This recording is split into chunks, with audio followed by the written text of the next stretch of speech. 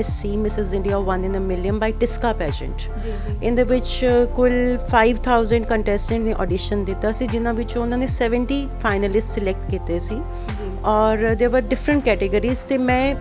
Mrs. India 1 in a Million North Zone classic category ਦਾ award ਜਿੱਤਿਆ ਜੀ being a doctor study wise ਵੀ ਦੇਖਣਾ ਔਰ ਹੁਣ ਤੁਸੀਂ ਪ੍ਰੋਫੈਸ਼ਨ ਦੇ ਵਿੱਚ ਜਦੋਂ ਪਰਫੈਕਸ਼ਨ ਵਿੱਚ ਆ ਚੁੱਕੇ ਹੋ ਔਰ ਉਸ ਤੋਂ ਬਾਅਦ ਤੁਸੀਂ ਇਹਦੇ ਵਿੱਚ ਪਾਰਟਿਸਿਪੇਟ ਕੀਤਾ ਕਿਵੇਂ ਸ਼ੌਂਕ ਜਾਗਿਆ ਸੀ ਮੈਂ ਸੋਚਿਆ ਕਿ ਉਹਨਾਂ ਆਪਣੇ ਇਸ ਸ਼ੌਂਕ ਨੂੰ ਪਰਸਿਊ ਕੀਤਾ ਜਾਵੇ ਐਟਲੀਸਟ ਮੈਂ ਫੀਲ ਕਰਦੀ ਹਾਂ ਕਿ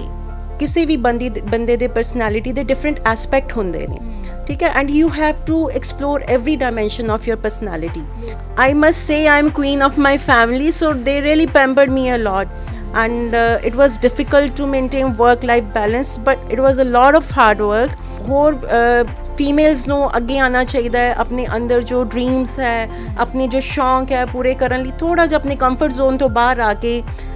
ਜਦੋਂ when you at the end of it you realize it was all worth it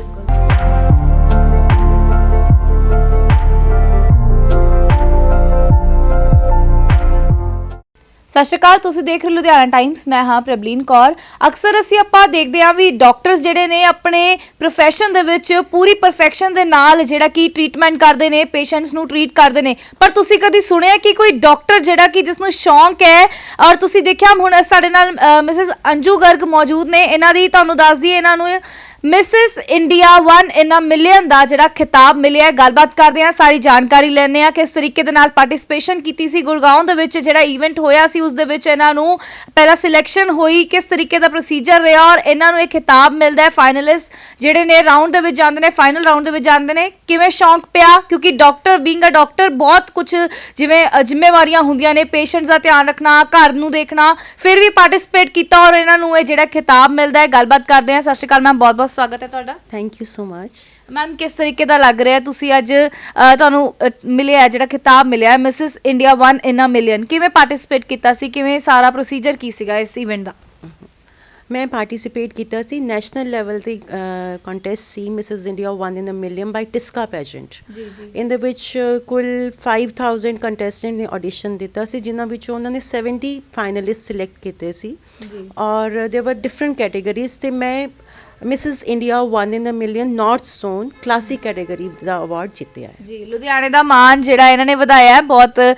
ਦੱਸ ਦਈਏ ਕਿ ਤੁਹਾਨੂੰ ਲੁਧਿਆਣੇ ਦੇ ਵਿੱਚ ਬਹੁਤ ਸਾਰੀ ਆਡੀਅנס ਦੇ ਵਿੱਚੋਂ ਮੈਮ ਨੂੰ ਤਾਂ ਪਛਾਣਦੇ ਵੀ ਹੋਣਗੇ ਕਿਉਂਕਿ ਲੁਧਿਆਣੇ ਦੇ ਵਿੱਚ ਬਹੁਤ ਜਾਣੇ ਮਾਣੇ ਡਾਕਟਰ ਨੇ ਮੈਮ ਤੁਸੀਂ ਗਾਇਨੋਕੋਲੋਜਿਸਟ ਹੋ ਕਿਵੇਂ ਸ਼ੌਂਕ ਕਿਵੇਂ ਜਾਗਿਆ ਤੁਹਾਨੂੰ ਇਦਾਂ ਮਤਲਬ ਸੀਗਾ ਕਿ ਤੁਸੀਂ ਪਾਰਟਿਸਿਪੇਟ ਕਰਨਾ ਜਾਂ ਇੱਕ ਹੁੰਦਾ ਨਾ ਵੀ being a doctor study wise ਵੀ ਦੇਖਣਾ ਔਰ ਹੁਣ ਤੁਸੀਂ ਪ੍ਰੋਫੈਸ਼ਨ ਦੇ ਵਿੱਚ ਜਦੋਂ ਪਰਫੈਕਸ਼ਨ ਵਿੱਚ ਆ ਚੁੱਕੇ ਹੋ ਔਰ ਉਸ ਤੋਂ ਬਾਅਦ ਤੁਸੀਂ ਇਹਦੇ ਵਿੱਚ ਪਾਰਟਿਸਿਪੇਟ ਕੀਤਾ ਕਿਵੇਂ ਸ਼ੌਂਕ ਜਾਗਿਆ ਸੀ ਇਹਦਾ ਮੇਰਾ ਝੁਕਾਅ ਬਚਪਨ ਤੋਂ ਹੀ ਥੋੜ੍ਹਾ ਗਲੈਮਰ ਵਰਡ ਪਰ ਰਿਹਾ ਹੈ but being from a small town ਤੁਸੀਂ ਸੋਚ ਵੀ ਨਹੀਂ ਸਕਦੇ ਤੁਸੀਂ ਇੱਦਾਂ ਦੇ ਇਵੈਂਟ 'ਚ ਪਾਰਟ ਲੈ ਸਕਦੇ ਹੋ so I was busy doing my studies and career till now so now I am well settle careers is settle ਬੱਚੇ ਥੋੜ੍ਹੇ ਵੱਡੇ ਹੋ ਗਏ ਹਨ ਅਤੇ ਥੋੜ੍ਹਾ ਜਿਹਾ ਜ਼ਿੰਮੇਵਾਰੀਆਂ ਤੋਂ ਥੋੜ੍ਹੀ ਜਿਹੀ ਢਿੱਲ ਮਿਲੀ ਤਾਂ ਫਿਰ ਮੈਂ ਸੋਚਿਆ ਕਿ ਉਹਨਾਂ ਆਪਣੇ ਇਸ ਸ਼ੌਂਕ ਨੂੰ ਪਰਸਿਊ ਕੀਤਾ ਜਾਵੇ ਐਟਲੀਸਟ ਮੈਂ ਫੀਲ ਕਰਦੀ ਹਾਂ ਕਿ ਕਿਸੇ ਵੀ ਬੰਦੇ ਦੇ ਪਰਸਨੈਲਿਟੀ ਦੇ ਡਿਫਰੈਂਟ ਐਸਪੈਕਟ ਹੁੰਦੇ ਨੇ ਠੀਕ ਹੈ and you have to explore every dimension of your personality ਔਰ I am really grateful to God ਕਿ ਮੈਨੂੰ ਇਹ ਮੌਕਾ ਮਿਲਿਆ so I could also experience that world and ਮੇਰਾ ਸ਼ੌਂਕ ਪੂਰਾ ਹੋ ਗਿਆ ਜੀ ਬਿਲਕੁਲ ਗਲੈਮਰ ਵਰਲਡ ਦੇ ਵਿੱਚ ਤੁਹਾਡਾ ਇੰਟਰਸਟ ਦੇਖ ਕੇ ਉਸ ਤੋਂ ਬਾਅਦ ਤੁਸੀਂ ਪਾਰਟਿਸਿਪੇਟ ਕੀਤਾ ਤਾਂ ਮੈਮ ਮੋਟੀਵੇਸ਼ਨ ਹੁੰਦੀ ਹੈ ਨਾ ਲਾਈਫ ਦੇ ਵਿੱਚ ਕੋਈ ਨਾ ਕੋਈ ਫੈਮਿਲੀ ਮੈਂਬਰ ਹੋਣ ਜਾਂ ਜਿਵੇਂ ਤੁਸੀਂ ਦੱਸਿਆ ਤੁਹਾਡੇ ਬੱਚੇ ਵੱਡੇ ਹੋ ਗਏ ਨੇ ਕਿੱਦਾਂ ਮੋਟੀਵੇਸ਼ਨ ਮਿਲੀ ਕਿਉਂਕਿ ਇੱਦਾਂ ਹੁੰਦਾ ਨਾ ਵੀ ਇੱਕ ਡਾਕਟਰ ਹੈ ਤਾਂ ਟਾਈਮ ਘੱਟ ਹੈ ਤਾਂ ਕਿਸ ਤਰੀਕੇ ਦੇ ਨਾਲ ਟਾਈਮ ਡਿਵੋਟ ਕੀਤਾ ਕਿਉਂਕਿ ਉਸ ਚੀਜ਼ ਵਾਸਤੇ ਵੀ ਕੁਛ ਨਾ ਕੁਛ ਜਿਹੜੀ ਆ ਮਿਹਨਤ ਬਹੁਤ ਜ਼ਿਆਦਾ ਲੱਗਦੀ ਹੈ ਤਾਂ ਇਸ ਮੁਕਾਮ ਤੱਕ ਤੁਸੀਂ ਜਿਹੜਾ ਪਹੁੰਚ ਸਕੇ ਹੋ ਇਸ ਵਿੱਚ ਮੇਰੇ ਹਸਬੈਂਡ ਮੇਰੇ ਬੱਚਿਆਂ ਨੇ ਮੇਰਾ ਬਹੁਤ ਸਾਥ ਦਿੱਤਾ I must say I'm queen of my family so they really pampered me a lot and it was difficult to maintain work life balance but it was a lot of hard work and for like 3 months I was totally occupied but मेरी family ने मेरा इन्ना कुछ साथ दिता और मैनू प्रोत्साहित किया कि I should go and also see this side of world. ਬਿਲਕੁਲ ਕਿਸੇ ਟਾਈਮ ਤੇ ਕਿਸੇ ਸਿਚੁਏਸ਼ਨ 'ਚ ਇਦਾਂ ਲੱਗਦਾ ਹੋਵੇਗਾ ਕਿ ਮੈਂ ਤਾਂ ਆਪਣੀ ਲਾਈਫ ਦੇ ਵਿੱਚ ਸੈਟਲ ਆ, ਮੈਂ ਇੱਕ ਡਾਕਟਰ ਆ, ਮੇਰੇ ਕੋਲ ਪੇਸ਼ੈਂਟਸ ਆਉਂਦੇ ਨੇ, ਮੈਂ ਉਹਨਾਂ ਨੂੰ ਟਰੀਟ ਕਰਦੀ ਆ, ਹੈ ਨਾ, ਤੇ ਮੇਰਾ ਉਹ ਲਾਈਫ ਤੇ ਨਾਲ ਦੇ ਨਾਲ ਇਸ ਲਾਈਫ ਨੂੰ ਮੈਂ ਕਿੱਦਾਂ ਕੈਰੀ ਔਨ ਕਰੂੰਗੀ, ਵੀ ਮੈਂ ਸ਼ਾਇਦ ਡ੍ਰੌਪ ਕਰਦਾ ਜਾਂ ਕੁਝ ਇਦਾਂ ਦਾ ਲੱਗਿਆ ਹੋਵੇਗਾ, ਕਿਸੇ ਪੁਆਇੰਟ ਤੇ ਲੱਗਿਆ ਹੋਵੇਗਾ ਵੀ ਨਹੀਂ ਮੈਂ ਨਹੀਂ ਕਰ ਸਕਦੀ, ਅੱਗੇ ਨਹੀਂ ਜਾ ਸਕਦੀ, ਕੁਝ ਸਿਚੁਏਸ਼ਨ ਤੁਸੀਂ ਇਦਾਂ ਦੀ ਕੁਝ ਸ਼ੇਅਰ ਕਰਨਾ ਚਾਹੁੰਦੇ ਹੋ? हाँ जी, बहुत ज़्यादा बिजी हो गया सी मेरा schedule, like 9 to clinic, 2 to 5 practice, then 5 to 7 again clinic, फिर शाम ਨੂੰ ਘਰ ਜਾ ਕੇ ਬੱਚਿਆਂ ਨੂੰ ਦੇਖਣਾ ਹੁੰਦਾ ਸੀ। ਕਈ ਵਾਰ ਲੱਗਦਾ ਸੀ ਕਿ ਸ਼ਾਇਦ ਮੈਂ ਨਹੀਂ ਪਹੁੰਚ ਪਾਵਾਂਗੀ ਉੱਥੋਂ ਤੱਕ, ਬਟ ਮੈਨੂੰ ਜਦੋਂ ਵੀ ਮੈਂ ਥੋੜੀ ਢਿੱਲੀ ਪੈਂਦੀ ਸੀ, ਮੇਰਾ ਹਸਬੈਂਡ, ਮੇਰੇ ਬੱਚੇ, ਮਮ ਯੂ ਕੈਨ ਡੂ ਇਟ, ਨਹੀਂ you Kant give up now, so it was because of there प्रोत्साहन मैं ये सारा कुछ कर सकी। ਫੈਮਿਲੀ ਸਪੋਰਟ ਜਿਹੜੀ ਹੈ ਚੀਜ਼ਾਂ ਵਿੱਚ, family support is was the main driving force. Otherwise I would have given up, because this is not something that I really depend on. I'm already a well settled doctor. ये सिर्फ मैं अपनी शौक ਲਈ कर रही सी, और ਮੈਨੂੰ ਲੱਗਦਾ ਹੈ ਕਿ ਹੋਰ ਫੀਮੇਲਸ ਨੂੰ ਅੱਗੇ ਆਉਣਾ ਚਾਹੀਦਾ ਹੈ, ਆਪਣੇ ਅੰਦਰ ਜੋ ਡ੍ਰੀਮਸ ਹੈ, ਆਪਣੇ ਜੋ ਸ਼ੌਂਕ ਹੈ ਪੂਰੇ ਕਰਨ ਲਈ ਥੋੜ੍ਹਾ ਜਿਹਾ ਆਪਣੇ ਕੰਫਰਟ ਜ਼ੋਨ ਤੋਂ ਬਾਹਰ ਆ ਕੇ, ਜਦੋਂ when you at the end of it you realise it was all worth it. ਬਿਲਕੁਲ ਬਿਲਕੁਲ। ਅੱਛਾ, ਗੱਲਬਾਤ ਇਦਾਂ ਕੀਤੀ ਜਾਂਦੀ ਵੀ ਜਿਵੇਂ ਡਾਕਟਰ ਨਾਮ ਆ ਜਾਂਦਾ ਨਾ ਕਿਸੇ ਅੱਗੇ, ਤਾਂ ਇਦਾਂ ਲੱਗਦਾ ਵੀ ਸੀਰੀਅਸਨੈਸ ਹੋਏਗਾ, ਵੀ ਡਾਕਟਰ ਹੈ ਤਾਂ ਮੇ ਬੀ ਸਿਰਫ ਕਰੀਅਰ ਵੱਲ ਜਾਂ ਸਟੱਡੀਜ਼ ਵੱਲ ਧਿਆਨ ਦਿੱਤਾ ਹੋਏਗਾ, ਕਿਉਂਕਿ ਡਾਕਟਰ ਦੀ ਜਿਹੜੀ ਪੜ੍ਹਾਈ ਹੈ ਜਾਂ ਡਾਕਟਰ ਦੀ ਜਿਹੜੀ ਚੇਅਰ ਹੈ ਉਸ ਨੂੰ ਅਚੀਵ ਕਰਨ ਵਾਸਤੇ ਬਹੁਤ ਮਿਹਨਤ ਲੱਗਦੀ ਹੈ, ਕਾਫੀ ਸਾਲ ਲੱਗ ਜਾਂਦੇ ਨੇ। ਔਰ ਇਦਾਂ ਲੱਗਦਾ ਵੀ ਤੁਸੀਂ ਜਦੋਂ ਇਹ ਗਲੈਮਰ ਵਰਲਡ ਦੇ ਵਿੱਚ ਆਏ ਸੀ, ਤੁਸੀਂ ਜਿਹੜੀਆਂ ਹੋਰ ਲੇਡੀਜ਼ ਦੇਖ ਰਹੀਆਂ ਨੇ, ਮੇ ਬੀ ਉਹ ਕਰੀਅਰ ਦੇ ਵਿੱਚ ਇੰਨੀ ਕੁ ਬਿਜ਼ੀ ਨੇ ਵੀ ਆਪਣੇ ਡਰੀਮਸ ਨੂੰ ਸੈਕਰੀਫਾਈਸ ਵੀ ਕਰਨਾ ਪੈ ਰਿਹਾ। ਤੁਸੀਂ ਇਸ ਏਜ ਦੇ ਵਿੱਚ ਜਾਂ ਡਾਕਟਰ ਬਣਨ ਤੋਂ ਬਾਅਦ ਜਿਹੜਾ ਆਪਣਾ ਡਰੀਮ ਅਚੀਵ ਕੀਤਾ, ਉਹਨਾਂ ਲੇਡੀਜ਼ ਵਾਸਤੇ ਕੀ ਮੈਸੇਜ ਹੈ? देखो, if you know, Dr. Aditi Gavatkar was the first Indian Mrs. India world Mrs. World, and in 2000. So अगर कोई फीमेल डॉक्टर बन सकती है, I don't think to enter this world and to achieve a name is a big aim for her. ਬਿਲਕੁਲ ਬਿਲਕੁਲ। ਮੈਨੂੰ ਲੱਗਦਾ ਜੇ ਤੁਸੀਂ ਡਾਕਟਰੀ ਕਰ ਸਕਦੇ ਹੋ ਨਾ, ਤੁਸੀਂ ਕੁਝ ਵੀ ਕਰ ਸਕਦੇ ਹੋ, and why can't a doctor be glamorous? ਬਿਲਕੁਲ, ਇਹ ਦੋ ਪੈਰਲਲ ਯੂਨੀਵਰਸ ਨੇ, ਹੈ ਨਾ, ਜਿਵੇਂ ਗੱਲਬਾਤ ਕੀਤੀ ਜਾਂਦੀ ਹੈ, ਦੋ ਪਰਸਪੈਕਟਿਵ ਦੇਖੇ ਜਾਂਦੇ, ਇੱਕ ਸਾਈਡ ਤੇ ਡਾਕਟਰ